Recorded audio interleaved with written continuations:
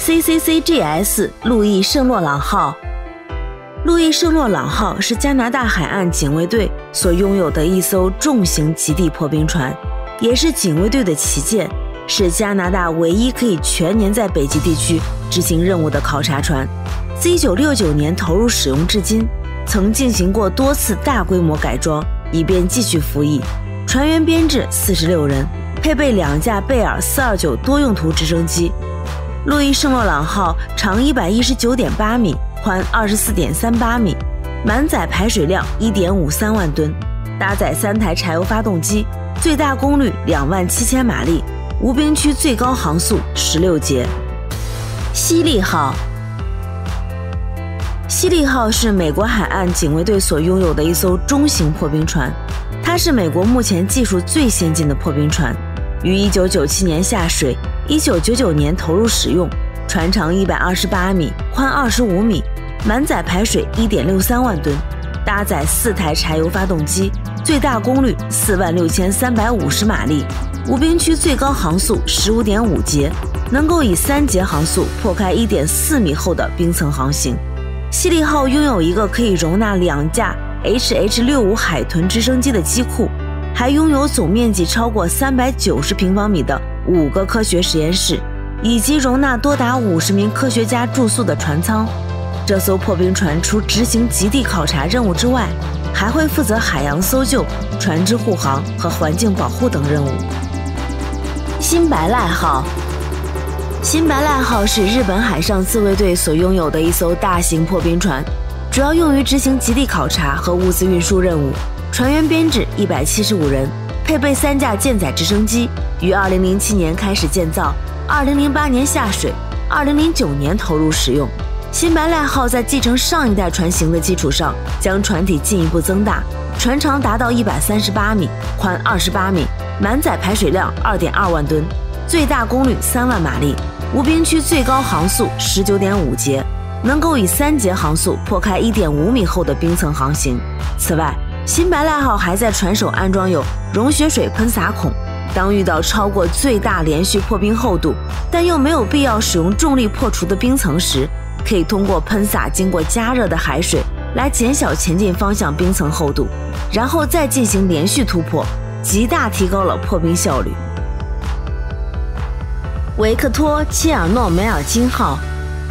维克托·切尔诺梅尔金号是一艘由俄罗斯波罗的海造船厂建造的世界上最大的柴电动力破冰船，于2012年10月开始建造，2016年12月下水，因为2018年11月发生火灾，直到2020年11月才正式投入使用，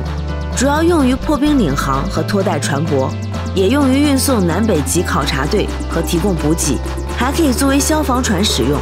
船员编制38人，船长146.8米，宽29米，满载排水量2.23万吨，搭载4台柴油发动机，最大功率47000马力，无冰区最高航速17节，能够以2节航速破开1米厚的冰层航行。亚马尔号。亚马尔号是原摩尔曼斯克公司所拥有的一艘核动力破冰船，破产后被俄罗斯原子能下属公司收购。它曾是世界上最强大的破冰船之一，船员编制189人，于1986年下水，1992年10月投入使用，船长148米，宽30米，满载排水量2.3万吨，搭载2座 OK900 型反应堆，总功率342兆瓦，无冰区最高航速20.6节，能够以2节航速破开2.9米厚的冰层航行。据说亚马尔号必须在冷水中航行，以辅助反应堆冷却，因此它无法穿越热带地区进行南半球航行。50年胜利号。50年胜利号曾是世界上最大的破冰船之一，于1993年开始建造，原本为纪念第2次世界大战结束50周年，计划在纪念日前后下水，但是由于种种原因多次搁置，直到2007年2月才完成试航。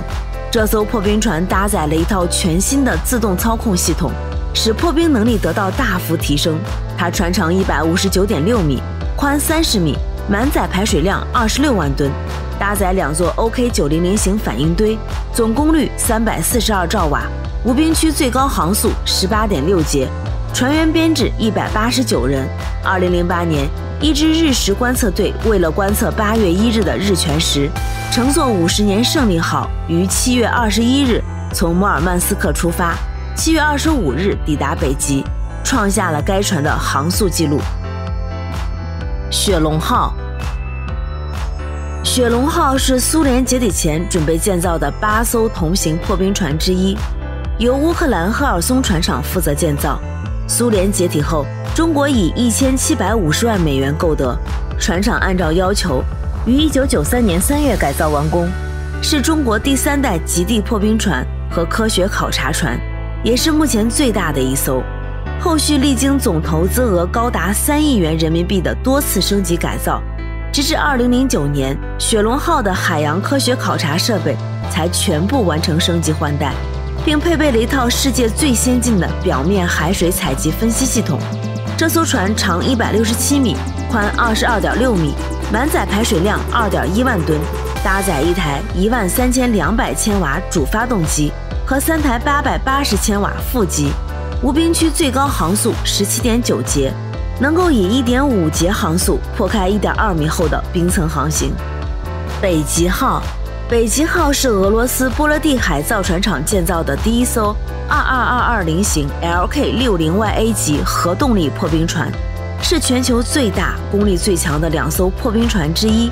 船员编制75人，服役期预计40年，初始造价折合约11.6亿美元，于2016年下水，2020年6月核动力试航。它船长173.3米，宽34米，满载排水量3.35万吨，搭载2座 RITM200 型反应堆，总功率350兆瓦，配备3个6.2米4叶螺旋桨，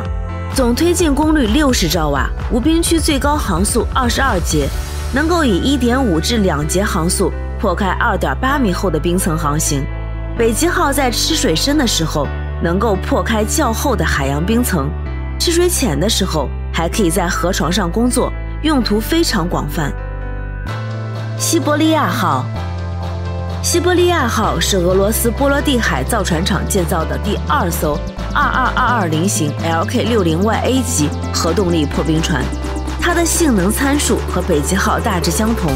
并且共同取代了亚马尔号和50年胜利号，成为全球最强大的，也是全球仅有的2艘破冰能力达到近3米的破冰船。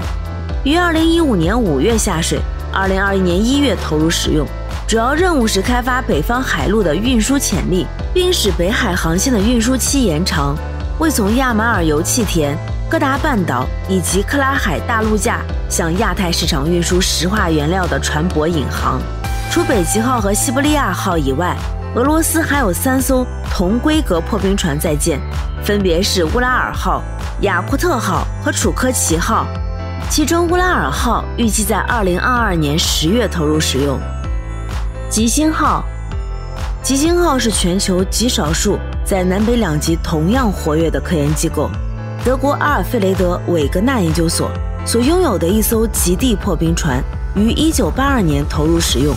它在1999年至2001年间，曾是世界上技术最先进、用途最广泛的研究船之一。